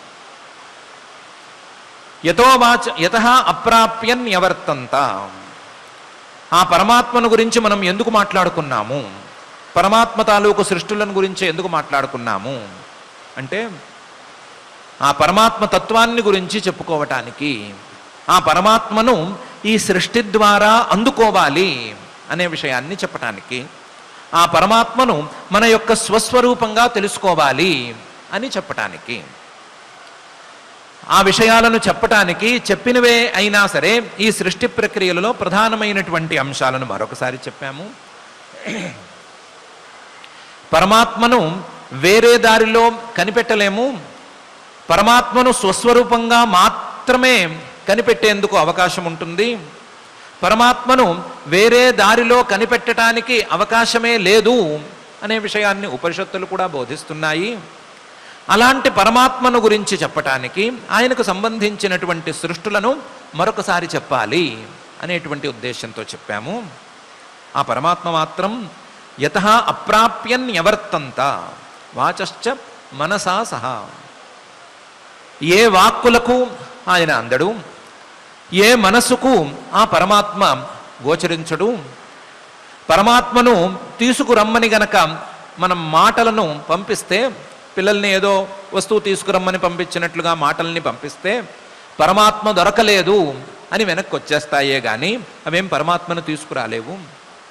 ఆ మాటలు వేదవాక్యాలైనా సరే పూర్తిగా తీసుకురాలేవు. పరమాత్మను తెలుసుకురమ్మని కనుక్కుని రమ్మని మనస్సును గనక పంపించినట్లయితే ఆ మనస్సు కూడా నేను పరమాత్మను కనుక్కోలేకపోయాను అని తిరిగి రావలసిందే. యతః అప్రాప్యన్యవర్తంత, తిరిగి వచ్చేశాయి. వాచశ్చ మనసా సహ, కేవలం వాక్కు మనస్సు మాత్రమే కాదు, పరమాత్మను తెలుసుకోవాలి అనే ప్రయత్నం చేసినటువంటి అహంకారతత్వం మొదలైనటువంటి తత్వాలకు అధిష్టాన దేవతలు, అన్యే మిగతా వాళ్ళు నాలాంటి వాళ్ళు, ఇమే దేవాహ ఇంద్రియాలను పరిపాలన చేసే, ఇంద్రియాలకు శక్తినిచ్చే, ఇంద్రియాలను అనుగ్రహించేటువంటి దేవతలు 14 మంది దేవతలు, వీళ్ళందరూ కూడా పరమాత్మను తెలుసుకోలేక తిరిగి వచ్చేశారు. న్యవర్తంత, తస్మై అటువంటి పరమాత్మకు భగవతే నమః, పూజనీయుడైనటువంటి ఆ పరమాత్మకు నమః, నమస్కారము అని ఈ శ్లోకంలో మహర్షి గారు అంటున్నారు. యతః అప్రాప్యన్యవర్తంత వాచశ్చ మనసా సహ అహం చాన్య ఇమే దేవాః తస్మై భగవతే నమః అని ఇలా అనటం ద్వారా పరమాత్మను ఏ వాక్కులతోనూ ప్రతిపాదన చేయలేము. పరమాత్మను తెలుసుకోవటానికి ఏ మనస్సుకు అర్హత లేదు. పరమాత్మ అందరికీ ఆత్మస్వరూపుడు కాబట్టి ఆత్మస్వరూపాన్ని వేరే ఏ సాధనంతోనూ తెలుసుకోలేము. ఆత్మస్వరూపంగా నిలబెట్టుకోవటం ఒక్కటే చేయగలము. చాలా ఆశ్చర్యంగా ఈ సృష్టిలో మనం చెప్పుకున్నటువంటి దేవతలు, ఈ సృష్టిలో భాగమైనటువంటి దేవతలు, తత్వాధిష్టాన దేవతలు, ఇంద్రియాధిష్టాన దేవతలు, వీరందరూ కూడా ఈ ఆత్మస్వరూపాన్ని కనిపెట్టలేకపోయారు. ఎలా కనిపెట్టలేకపోయారు అంటే ముందు దేవతలందరూ స్తుతి చేశారు అని చెప్పుకున్నాం కదా. స్తుతి చేసి మాకు జ్ఞానశక్తిని క్రియాశక్తిని ప్రసాదించు అని వేడుకున్నారని చెప్పుకున్నాం కదా. ఆ జ్ఞాన క్రియాశక్తులను ప్రసాదించిన తరువాత వారిని ఆయా స్థానాలలో కూర్చోపెట్టేసిన తరువాత ఆయా స్థానాలు, ఆ స్థానాలలో ఉండేటువంటి క్రియలు, బాధ్యతలు, వాటి ఫలితాలు, వీటి చుట్టూ వారు తిరగటం మొదలుపెట్టారు. మొదలుపెట్టిన తరువాత తమను అక్కడ కూర్చోపెట్టినటువంటి, తమకు కూడా అంతర్యామి అయినటువంటి ఆ పరమాత్మను తెలుసుకోలేనటువంటి పరిస్థితికి వాళ్ళు కూడా వచ్చేశారు. ఈ స్థానాలు, క్రియలు ఇవి లేనప్పుడు వాళ్ళు కూడా పరమాత్మను ఏమన్నా తెలుసుకున్నారేమో కానీ ఈ క్రియలు వీటి చుట్టూ తిరగటం అనేది మొదలైన తరువాత వాళ్ళు కూడా తమ అంతర్యామిని, తమను ఆ స్థానంలో కూర్చోబెట్టినటువంటి వాడిని, తమకు జ్ఞానక్రియాశక్తులను ప్రసాదించిన వాడిని తెలుసుకోలేకపోయారు. తెలుసుకోలేక వాళ్ళు కూడా పరమాత్మను తెలుసుకోవలసినటువంటి స్థితిలోకి వచ్చేశారు. అలాంటి అంతర్యామి అయినటువంటి పరమాత్మ రూపాన్ని చాటి చెప్పటం కోసం కేవలం సృష్టి ప్రక్రియలో భాగంగా ఈ పదార్థాలను మాత్రమే చూడటం కాదు, ఈ సృష్టి ప్రక్రియలో భాగమైనటువంటి అంతర్యామిని ప్రధానంగా గుర్తించాలి.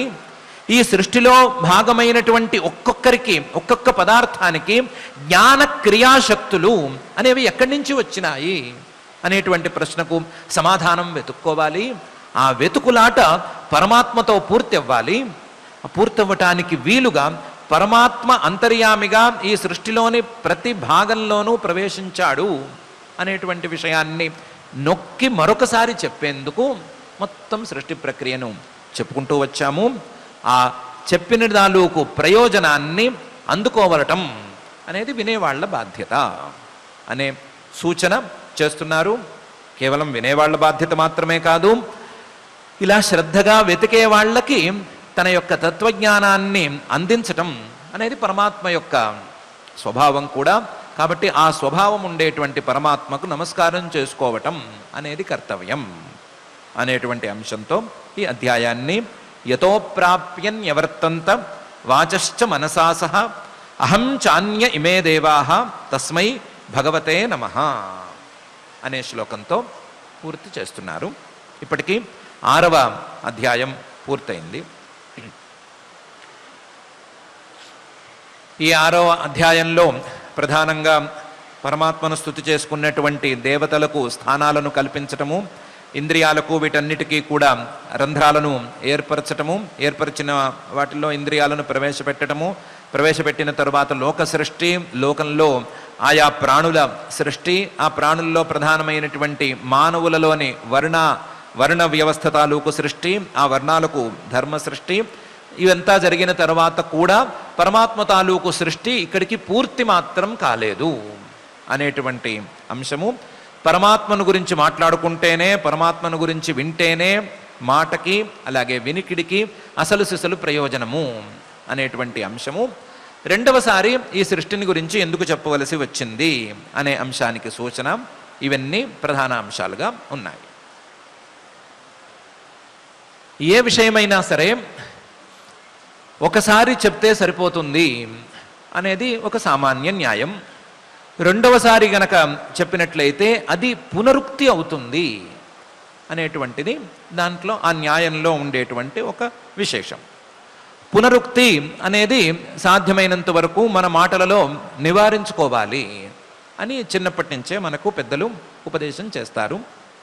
ఒక్కసారే చెప్పాలి, చెప్పేది క్లియర్గా చెప్పాలి, అంతే తప్ప మళ్ళీ మళ్ళీ ఒకే విషయాన్ని చెబుతూ ఉంటే వినేవాళ్ళకి బోర్ కలిగేందుకు ఛాన్స్ ఉంది అని చిన్నప్పటి నుంచి చెప్తారు.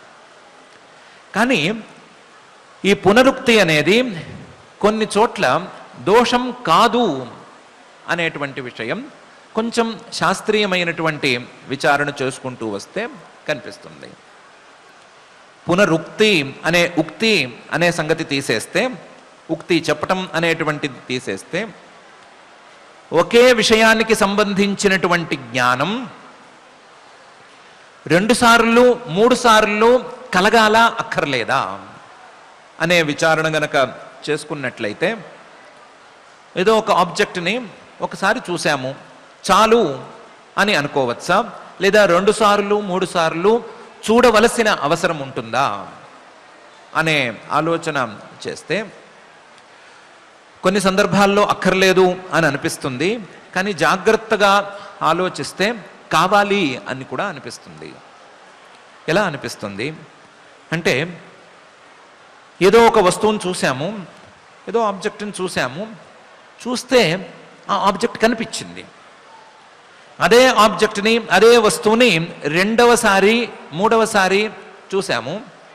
చూస్తే ఇంతకుముందు తెలిసినటువంటి విషయం కంటే విశేషం మరొకటి అందులో కనిపించింది. ఏం కనిపించింది అంటే, మొదటిసారి చూసినప్పుడు ఆ వస్తువు అక్కడ ఉంది అని అనిపించింది. 2వసారి 3వసారి చూసిన తర్వాత ఇది స్థిరంగా ఉంది అని తెలిసింది. మొదటి క్షణంలో చూసినప్పుడు అది స్థిరమా కాదా అనే సంగతి తెలియదు. కానీ 2వసారి 3వసారి కాస్త గ్యాప్ ఇచ్చినప్పుడు ఇవ్వకుండానో చూసినప్పుడు ఇది ఇంతకాలం పాటు స్థిరంగా ఉంది అనేటువంటి విషయం కొత్తగా తెలిసింది. కాబట్టి ఈ కొత్తగా తెలిసినటువంటి, కొత్తగా మళ్ళీ చేసినటువంటి జ్ఞాన ప్రయత్నంతో ఒక చిన్నపాటి ఫలితం అనేది తప్పనిసరిగా వచ్చింది. స్థేమా ప్రతీతి విషయ విషయత్వమేతీత్యంగీకృతం నను మితేపి ఘటాది కీర్తే అని ఒక పెద్ద మనిషి చెప్పారు. ఒక జ్ఞానం తర్వాత మరొక జ్ఞానం వచ్చినప్పుడు 2వ జ్ఞానంలో ముందటి జ్ఞానంలో లేనటువంటి ఆ వస్తువు తాలూకు స్థిరత్వం అనేది తెలియటం అనేది జరుగుతుంది. ఆ జరగటం అనేది మనం పునరుక్తి స్థానంలో పెట్టుకున్నటువంటి 2వసారి తెలుసుకోవటం అనేటువంటి అంశం ద్వారా కలిగింది. కాబట్టి ఒక జ్ఞానం లేదా ఒక వస్తువుకు సంబంధించినటువంటి జ్ఞానం ఒకసారికి సరిపోతుంది అనే నియమేమి సార్వత్రికమైనటువంటి నియమం కాదు. ఇలా కానప్పుడు ఉపదేశంలో కూడా ఒకసారి ఉపదేశం చేస్తే సరిపోతుంది అనేటువంటి నియమం ఏమీ ఉండదు. ఒకసారి ఉపదేశం చేస్తే ఆ ఉపదేశం చేసినటువంటి ఉపదేశంలో ఒక విశేషం తెలియచ్చు. మరొకసారి అదే విషయాన్ని ఉపదేశం చేస్తే అందులో కొన్ని విశేషాలను కూడా జోడించగలిగితే జోడించి చేస్తే ఆ శ్రవణం ద్వారా, ఆ ఉపదేశాన్ని వినటం ద్వారా ఇంకా ఆ విషయంలో క్లారిటీతో పాటుగా కొత్త విషయాలు ఇవన్నీ కూడా తెలిసేందుకు అవకాశం ఉంటుంది. అలా తెలిసేందుకు అవకాశం ఉన్న చోట పునరుక్తి చేసి మళ్ళీ ఉపదేశం చేయటంలో ఏమీ తప్పు లేదు అనేటువంటిది మనం జాగ్రత్తగా ఆలోచించిన అర్థమవుతుంది. దాంతోపాటుగా శాస్త్రీయమైనటువంటి నియమం కూడా ఉంది. పునరుక్తి అనేది విశేషమేమీ లేనప్పుడు, లేకపోతే అక్కర్లేని విషయం అయినప్పుడు, మళ్ళీ మళ్ళీ చెప్పి ఎదుటివాడిని హింసపెట్టే పరిస్థితి ఉన్నప్పుడు మాత్రమే దోషం. కానీ తెలుసుకోవలసినటువంటి విషయంలో గాఢత్వం ఎక్కువగా ఉన్నప్పుడు, అది గహనంగా ఉన్నప్పుడు, అందులో రకరకాల అంశాలు కూడి ఉన్నప్పుడు పునరుక్తి అనేది దోషమేమీ కాదు అనేటువంటిది శాస్త్రీయమైనటువంటి నియమం. దాన్నే వాచస్పతి మిశ్రుల వారు అభ్యాసే హి సతి భూయస్త్వమర్థస్య భవతి యథా అహోదర్శనీయా అహోదర్శనీయా ఇది నన్యూనత్వం ద్రాగేవతు ఉపచరితార్థత్వం అనే తమ అద్భుతమైన డైలాగ్లో చెప్పారు. ఒక విషయాన్ని మళ్ళీ మళ్ళీ మళ్ళీ మళ్ళీ చెప్పుకుంటూ వస్తున్నప్పుడు ఆ విషయం మీద ఒక ప్రత్యేకించినటువంటి తాత్పర్యం, ఆదరం అనేది తెలుస్తుంది. ఆ విషయంలో తెలుసుకోవలసినటువంటి అంశాలు చాలానే ఉన్నాయి అనే విషయం అర్థమవుతుంది. లేదా ఎన్నోసార్లు చెబితే తప్ప, ఎన్నోసార్లు తెలుసుకుంటే తప్ప ఆ విషయం యొక్క పరిపూర్ణ జ్ఞానం మనకు రాదు అనే విషయం అవగతమవుతుంది. అలాంటి అవగతం అయ్యేటువంటి సందర్భంలో మళ్ళీ మళ్ళీ చెప్పటం, అభ్యాసం అనేది దోషం కాదు, అది గుణం మాత్రమే అవుతుంది. ఆ సందర్భంలో అభ్యాసం మళ్ళీ మళ్ళీ చెప్పటం గుణం మాత్రమే అవుతుంది. ఆ గుణాన్ని గుర్తించుకుని దానికి తగ్గట్లుగా వినేవాళ్ళు వినాలి అని ఆ పెద్ద ఆయన చెప్పారు. దానికి తగ్గట్లుగానే మైత్రేయ మహర్షి గారు ఇందులో చాలా చాలా అంశాలున్నాయి, కాంప్లికేటెడ్ ఇష్యూ కూడాను ఇది, అందువల్ల మళ్ళీ చెప్పటంలో తప్పేమీ లేదు అనేటువంటి అభిప్రాయంలో మళ్ళీ చెప్పారు. మైత్రేయ మహర్షి గారు విదురుడికి చెప్పినప్పుడు ఆయన మొదటిసారే విని ఉండవచ్చు. కానీ మైత్రేయ మహర్షి గారు విదురుడికి చెప్పాడు అనే విషయాన్ని శ్రీ శుకుల వారు పరీక్షిత్తుకు చెప్పినప్పుడైనా లేదా వ్యాస మహర్షి గారు మనందరికీ చెప్పినప్పుడైనా సరే మళ్ళీ చెప్పటం అనేది జరిగినా అదేమీ తప్పు కాదు, అది గుణాన్ని సాధించి పెడుతుంది అనేటువంటి అంశాన్ని సూచిస్తూ మహర్షి గారు పై అధ్యాయాన్ని మొదలు పెడుతున్నారు.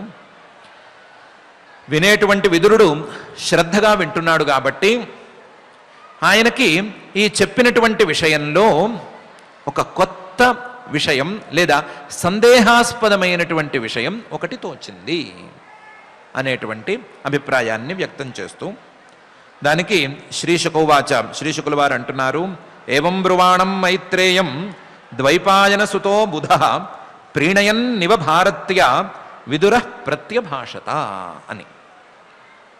మైత్రేయ మహర్షి గారు ఇలా చెప్తుంటే, ఏవం బ్రువాణం మైత్రేయం ద్వైపాయన సుతో బుధః, పండితుడైనటువంటి శ్రీకృష్ణ ద్వైపాయనుడు వేదవ్యాస మహర్షి గారి యొక్క అనుగ్రహం ద్వారా పుట్టినటువంటి విదురుడు భారత్యా ప్రీణయన్ ఇవ ఒక ప్రశ్నను వేశారు. ఆ ప్రశ్నతో మహర్షి గారు సంతోషిస్తారా అన్నట్లుగా, సంతోషించారా అన్నట్లుగా ప్రశ్న వేశారు. ప్రీణయన్ ఇవ భారత్య విదురః, విదురుడు ప్రత్యభాషత, తన యొక్క ప్రశ్న రూపమైనటువంటి మాటను పలికారు. ఏవం బ్రువాణం మైత్రేయం ద్వైపాయన సుతో బుధః ప్రీణయన్ ఇవ భారత్య విదుర ప్రత్యభాషత అని మొదటి శ్లోకంలో విదురుడు మాట్లాడటం మొదలుపెట్టాడు అని చెప్తున్నారు. విదుర ఉవాచ, విదురుడు అంటున్నాడు, బ్రహ్మన్ కథం భగవతః చిన్మాత్రస్యావికారిణః లీలయా చాపి యుజ్యేరన్ నిర్గుణస్య గుణాః క్రియాః అని. అయ్యా మీరు చెప్పారు, ఈ సృష్టి ప్రక్రియ చాలామంది చెప్పగా నేను విన్నాను, మీరు చెప్పారు విన్నాను.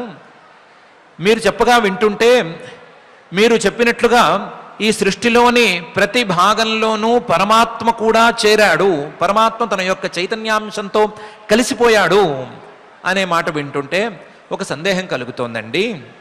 ఏమా సందేహం అంటే, బ్రహ్మన్ ఓ మైత్రేయ కథం భగవతః చిన్మాత్రస్య అవికారిణః, ఆ పరమాత్మ కేవలం చైతన్య స్వరూపుడు అని అంటున్నారు కదా. చిన్మాత్రస్య అవికారిణః, ఏ రకమైనటువంటి విక్రియ మార్పు అనేది ఆయనకు లేదు అని అంటున్నారు కదా. అలాంటప్పుడు నిర్గుణస్య, గుణాలు లేనటువంటి ఆయనకు గుణాః, ఈ గుణాలన్నీ ఎలా కుదురుతాయి? అలాగే ఏ రకమైనటువంటి వికారము లేనటువంటి ఆయనకి క్రియాః, ఈ క్రియలన్నీ ఎలా కుదురుతాయి? ఈ క్రియలు అంటే ఈ సృష్టి మొదలైనటువంటి క్రియలు, వాళ్ళెవరో స్తుతి చేస్తే తానే వెళ్ళి ఆ సృష్టిలో దూరిపోవటం అనేటువంటి క్రియలు, ఇవన్నీ కూడా ఎలా కుదురుతాయి? ఆయన కేవల చైతన్య స్వరూపుడు అని అంటున్నారు. కేవల చైతన్య స్వరూపుడే అయితే ఆయనకు వేరే మార్పు అనేది ఉండటానికి వీల్లేదు, వేరే రూపం అనేది ఉండటానికి వీల్లేదు, ఆ రూపానికి తగ్గ గుణాలు ఉండటానికి వీల్లేదు. వీల్లేనప్పుడు ఈ సృష్టిలో ఆయన ఎలా దూరాడు? అసలు ఈ సృష్టిని ఆయన ఎలా చేశాడు? ఈ సృష్టిని చేయటం, చేసిన సృష్టిలో దూరటం అనేది కేవల చైతన్య స్వరూపుడైనటువంటి ఆ పరమాత్మకు ఎలా కుదురుతుంది అనేది ప్రశ్న. ఇంతేకాదు ఆయన ఎందుకు చేస్తున్నాడు అనేది కూడా పెద్ద ప్రశ్న. ఎందుకు చేస్తున్నాడు అంటే లీలయా అని మీలాంటి పెద్దవాళ్ళందరూ అంటున్నారు. ఆ లీలయా చాపి యుజ్యేరన్, లీలగో మాత్రమే అయినా సరే ఇలాంటి నిర్వికారుడికి, ఏ రకమైనటువంటి విక్రియ లేని వాడికి, గుణాలేవి లేనటువంటి వాడికి క్రియలు అనేది ఎలా ఉత్పన్నమవుతాయి? ఈ గుణాలు అనేది ఎలా అతనిలో సంభావితంగా ఉంటాయి? ఈ గుణాలు క్రియలు ఆ పరమాత్మలో ఎలా కుదురుతాయి అని విదురుడు ప్రశ్న వేస్తున్నాడు. బ్రహ్మన్ కథం భగవతః చిన్మాత్రస్య అవికారిణః లీలయా చాపి యుజ్యేరన్, లీలయా వాపి యుజ్యేరన్ నిర్గుణస్య గుణాః క్రియాః అనే ఈ శ్లోకంలో ఇది ప్రశ్న తాలూకు మొదటి శ్లోకం. ఇంకా ఈ ప్రశ్నను విదురుడు ఉపపాదన చేయాలి. ప్రత్యేకించి ఈ ప్రశ్నను మనం తీసుకురావటంలో, ప్రశ్నతో పూర్తి చేసుకోవలసినటువంటి అవసరంలోకి దిగటంలో ప్రధానమైన కారణం, మైత్రేయ మహర్షి గారు చెప్పిందే మళ్ళీ తిరిగి చెప్పారు కాబట్టి ఆ చెప్పినటువంటి అంశంలో పరమాత్మ అంతర్యామిగా లోపలికి దూరాడు అనే విషయాన్ని వినేటువంటి విదురుడు ప్రత్యేకించి కనిపెట్టాడు. కాబట్టి కనిపెట్టినటువంటి విదురుడు ఆయన ఎలా దూరాడు, ఆయనకి ఈ క్రియ అనేది ఎలా సంభవించింది, అసలు ఈ సృష్టి మొత్తం ఆయన ఎందుకు చేస్తున్నాడు అనేటువంటి ప్రశ్నను వేసే పరిస్థితిలో ఉన్నాడు. లేకపోతే సృష్టి ప్రక్రియను వింటే తీర్థానికి తీర్థం, ప్రసాదానికి ప్రసాదం అన్నట్లుగా పరమాత్మకు పరమాత్మ, సృష్టికి సృష్టి అని విడివిడిగా గనక అర్థం చేసుకుంటే ఈ ప్రశ్న వచ్చేందుకు అవకాశం ఉండదు. ఈ ప్రశ్న గనక రాకపోతే పరమాత్మతత్వాన్ని అర్థం చేసుకోవటానికి అవకాశం కూడా ఉండదు. కాబట్టి తత్వాన్ని అర్థం చేసుకునే అవకాశాన్ని అందించటానికి మళ్ళీ తిరిగి పునరుక్తిగా ఈ సృష్టి ప్రక్రియను మైత్రేయ మహర్షి గారు చెప్పారు అని ఈ సందర్భంగా అర్థం చేసుకుందాం.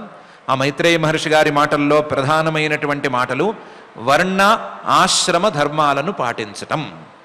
వేరే ఏ ఇగోసు, ఏ క్లాషస్సు లేకుండా పరమాత్మ మన జన్మతః మనకు ఏ ధర్మాన్ని ఉపదేశం చేశాడో, ఏ ధర్మంతో సహా మనల్ని పుట్టించాడో ఆ ధర్మాన్ని స్వధర్మంగా తీసుకుని ఆ స్వధర్మంతో పరమాత్మను సంతోషపెట్టడం అనేటువంటి పనిలో మనం ప్రధానంగా పడాలి. దానితో పాటుగా మన మాటకు, మన వినికిడి శక్తికి ఏకాంత లాభం అయినటువంటి పరమాత్మను గురించి వినటం, పరమాత్మను గురించి చెప్పటం అనేటువంటి అంశాల్లో మనం ప్రధానంగా ప్రవృత్తిని కలిగి ఉండాలి. మనం మన యొక్క స్వధర్మాన్ని పాటిస్తూనే ఆ స్వధర్మంతో పాటుగా పరమాత్మ తత్వజ్ఞానానికి వీలైనటువంటి పరమాత్మను గురించి వినటం, పరమాత్మను గురించి చెప్పుకోవటం అనేటువంటి వ్యాపారాల్లో మునిగి తేలాలి. అలా తేలుతూ మన జన్మను మనం సార్థకం చేసుకోవాలి అని ఈ సందర్భంగా మనం ప్రార్థించుకుందాం. ఈ జగజ్జన్మస్థితిలే కారణమైనటువంటి శ్రీనివాస పరమాత్ముని కూడా ఇదే ప్రార్థనతో మనం గౌరవించుకుందాం. ఆ ప్రార్థనతో ఈ రోజుకు పారాయణ కార్యక్రమాన్ని ప్రారంభించుకుందాం. ఈరోజు తృతీయ స్కంధంలో 6వ అధ్యాయం మొత్తం పారాయణ చేసుకుందాం. అథ శ్రీమద్భాగవతే పారమహంస్యాం సంహితాయాం తృతీయ స్కంధే షష్ఠోऽధ్యాయః ఋషిరువాచ ఇతి తాసాం స్వశక్తీనాం సతీనామ సమేత్యసః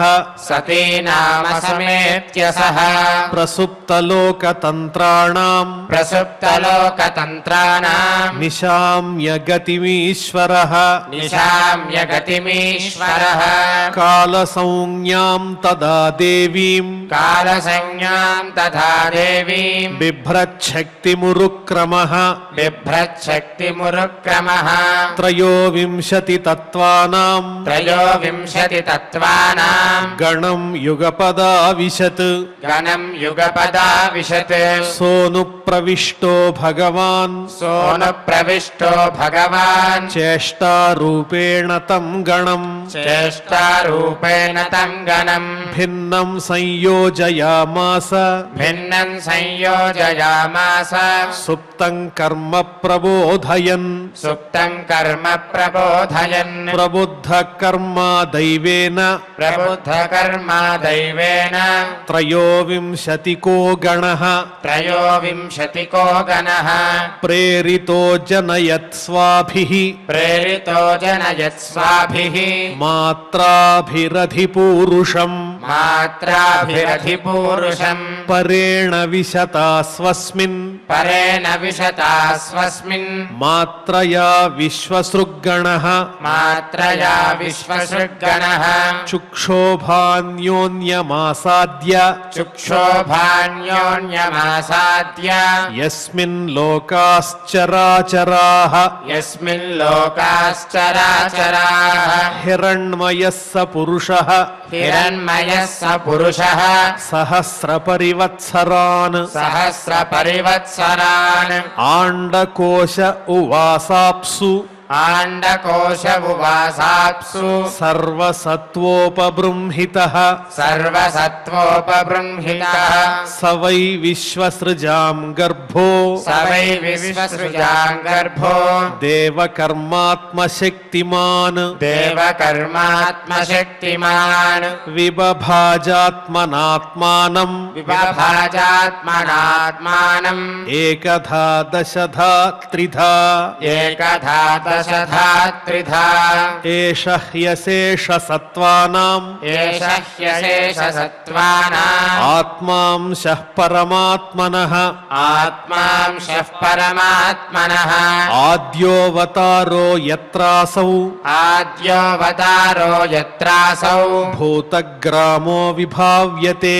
भूतग्रामो विभाव्यते సాధ్యాత్మస్సాధిదైవశ్చ साध्यात्मः साधिदैवस्य సాధిభూత ఇతి త్రిధా साधिभूत इति त्रिधा విరాట్ ప్రాణో దశవిధః विराट् प्राणो दशविधः ఏకథా హృదయేన చ एकधा हृदयेन च స్మరన్ విశ్వసృజామీశో स्मरन् विश्वसृजामीशो విజ్ఞాపితమధోక్షజః विज्ञापितमधोक्षजः విరాజమతపత్స్వేన विराजमतपत्स्वेन తేజసైషాం వివృత్తయే तेजसैषाम् विवृत्तये అథ తస్యాభితప్తస్య अथ तस्याभितप्तस्य కతి చాయతనానిహ कटिचायतनानिह నిరభిద్యంత దేవానాం निरभिद्यन्त देवानाम् తాని మే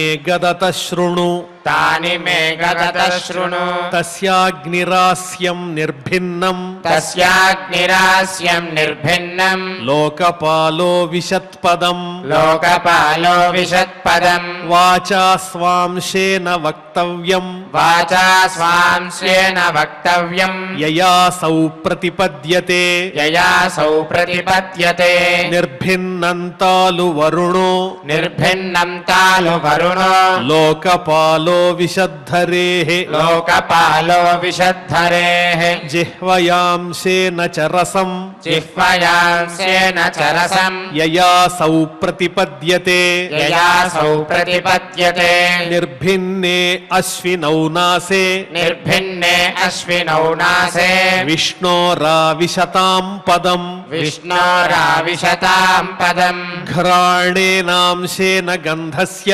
घ्राणेनांशेन गन्धस्य ప్రతిపత్తిర్యతో భవేత్ प्रतिपत्तिर्यतो भवेत् నిర్భిన్నే అక్షిణీ త్వష్ట निर्भिन्ने अक्षिणी त्वष्टा లోకపాలో విశద్విభోః लोकपालो विशद्विभोः చక్షుషాంశేన రూపాణాం चक्षुषांसेन रूपाणाम् ప్రతిపత్తిర్యతో భవేత్ प्रतिपत्तिर्यतो भवेत् నిర్భిన్నాన్యస్య చర్మాణి निर्भिन्नान्यस्य चर्माणि లోకపాలో నిలోవిశత్ लोकपालो निलोविशत् ప్రాణేనాంశేన సంస్పర్శం प्राणेनांसेन संस्पर्शम् ఏనాసౌ ప్రతిపద్యతే येनासौ प्रतिपद्यते కర్ణావస్య వినిర్భిన్నౌ कर्णावस्य विनिर्भिन्नौ ధిష్ణ్యం స్వం వివిశుర్దిశః धिष्ण्यम् स्वम् विविशुर्दिशः శ్రోత్రేణాంశేన శబ్దస్య श्रोत्रेणांसेन शब्दस्य సిద్ధిం ఏన ప్రపద్యతే सिद्धिम् येन प्रपद्यते త్వచమస్య వినిర్భిన్నాం त्वचमस्य विनिर्भिन्नाम् వివిశుర్ధిష్ణ్యమోషధీః विविशुर्धिष्ण्यमोषधीः అంశేన రోమభిః కండూం अंशेन रोमभिः कण्डूम् యైరసౌ ప్రతిపద్యతే यैरसौ प्रतिपद्यते మేఢ్రం తస్య వినిర్భిన్నం मेढ्रम् तस्य विनिर्भिन्नम् స్వధిష్ణ్యం క ఉపావిశత్ स्वधिष्ण्यम् क उपाविशत् రేతసాంశేన ఏనాసౌ रेतसांसेन येनासौ ఆనందం ప్రతిపద్యతే आनन्दम् प्रतिपद्यते गुदं पुंसो विनिर्भिन्नम् गुदम् पुंसो विनिर्भिन्नम् मित्रो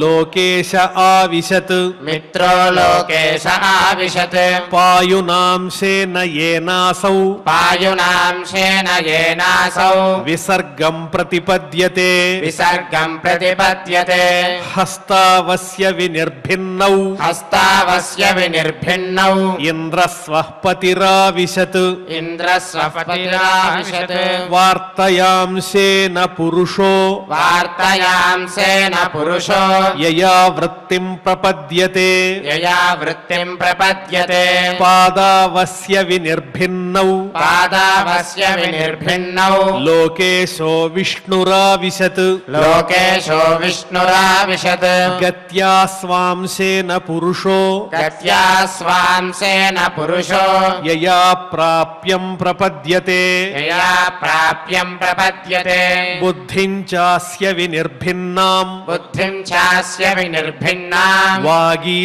वागीशोधिष्ण्यमाविशत् वागीशोधिष्ण्यमाविशत् बोधेनांशेन बोद्धव्यम् बोधेनांसेन बोद्धव्यम् प्रतिपत्तिर्यतो भवेत् प्रतिपत्तिर्यतो भवेत् हृदयं चास्य निर्भिन्नम् हृदयम् चास्य निर्भिन्नम् चन्द्रमाधिष्ण्यमाविशत् चन्द्रमाधिष्ण्यमाविशत् मनसांशेन येनासौ मनसांशेन येनासौ विक्रियां प्रतिपद्यते विक्रियाम् प्रतिपद्यते आत्मानं चास्य निर्भिन्नम् आत्मानम् चास्य निर्भिन्नम् अभिमानो विशत्पदम् अभिमानो विशत्पदम् कर्मणांशेन येनासौ कर्मणांसेन येनासौ कर्तव्यं प्रतिपद्यते कर्तव्यम् प्रतिपद्यते सत्त्वं चास्य विनिर्भिन्नम् सत्त्वम् चास्य विनिर्भिन्नम्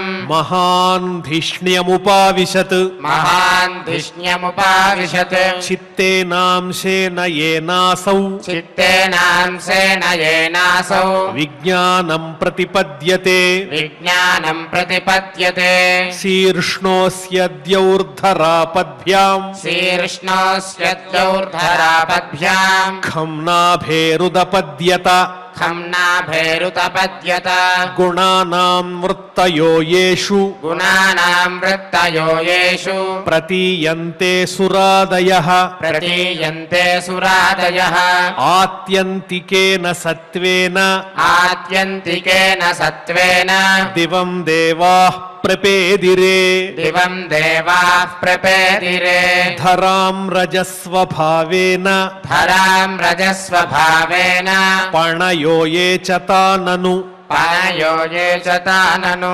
तार्तीयेन स्वभावेन तार्तीयेन स्वभावेन भगवन्नाभिमाश्रिताः भगवन्नाभिमाश्रिताः उभयोरन्तरं व्योम उभयोरन्तरं व्योम ये रुद्रपार्षदाङ्गणाः ये रुद्रपार्षदाङ्गणाः मुखतो वर्तत ब्रह्म मुखतो वर्तत ब्रह्म पुरुषस्य कुरुद्वः पुरुषस्य कुरुद्वः यस्तोन्मुखत्वाद्वर्णानाम् यस्तोन्मुखत्वाद्वर्णानाम् मुख्यो भूद्ब्राह्मणो गुरुः मुख्यो भूद्ब्राह्मणो गुरुः बाहुभ्यो वर्तत क्षत्रम् बाहुभ्यो वर्तत क्षत्रम् क्षत्रियस्तदनुव्रतः क्षत्रियस्तदनुव्रतः यो जातस्त्रायते वर्णान् यो जातस्त्रायते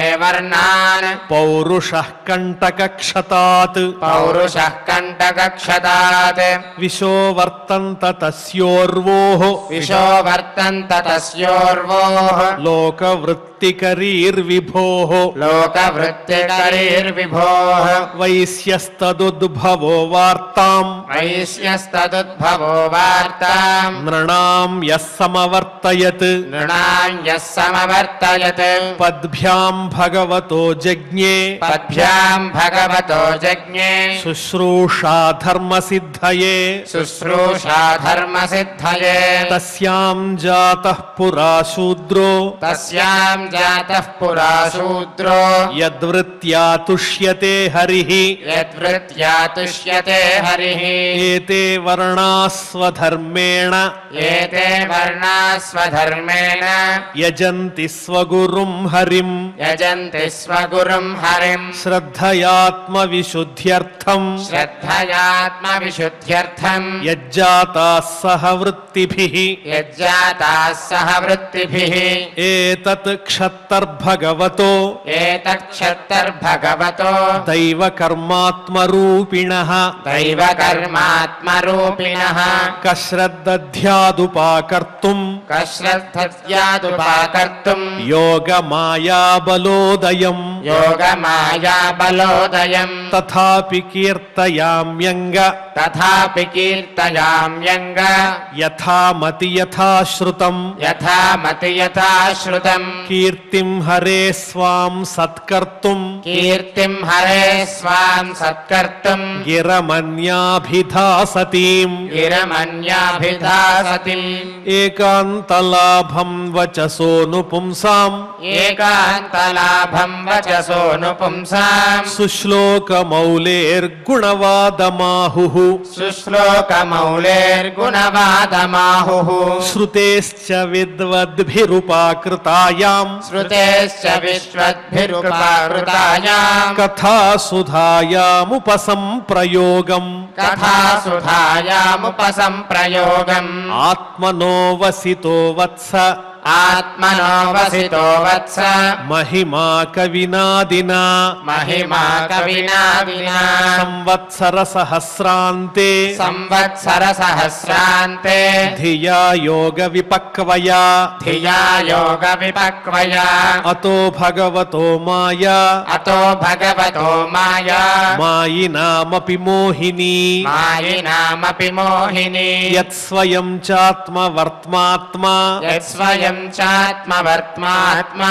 న వేద కిముతా పరే న వేద కిముతా పరే యతో ప్రాప్యన్యవర్తంత యతో ప్రాప్యన్యవర్తంత వాచశ్చ మనసా సహ వాచశ్చ మనసా సహ అహం చాన్య ఇమే దేవాః అహం చాన్య ఇమే దేవాః తస్మై భగవతే నమః తస్మై భగవతే నమః ఇది శ్రీమద్భాగవతే ఇది శ్రీమద్భాగవతే పారమహంస్యాం సంహితాయాం పారమహంస్యాం సంహితాయాం తృతీయస్కంధే తృతీయస్కంధే షష్ఠోऽధ్యాయః షష్ఠోऽధ్యాయః పారాయణ కార్యక్రమాన్ని భక్తి శ్రద్ధలతో పరిపూర్ణం చేసుకున్నాం.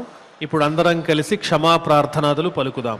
అథ క్షమా ప్రార్థనా యదక్షర పదభ్రష్టం మాత్రాహీనం చ యద్భవేత్ తత్సర్వం క్షమ్యతాం దేవ నారాయణ నమోస్తుతే. అథ భగవత్సమర్పణం కాయేన వాచా మనసేంద్రియైర్వా బుద్ధ్యాత్మనా వా ప్రకృతే స్వభావాత్ కరోమి యద్యత్ సకలం పరస్మై నారాయణాయేతి సమర్పయామి. అథ లోకక్షేమ ప్రార్థనా సర్వే భవంతు సుఖినః సర్వే సంతు నిరామయాః సర్వే భద్రాణి పశ్యంతు మా కశ్చిద్ దుఃఖభాగ్ భవేత్. అథ మంగళం శ్రియః కాంతాయ కళ్యాణ నిధయే నిధయేర్థినాం శ్రీవేంకట నివాసాయ శ్రీనివాసాయ మంగళం.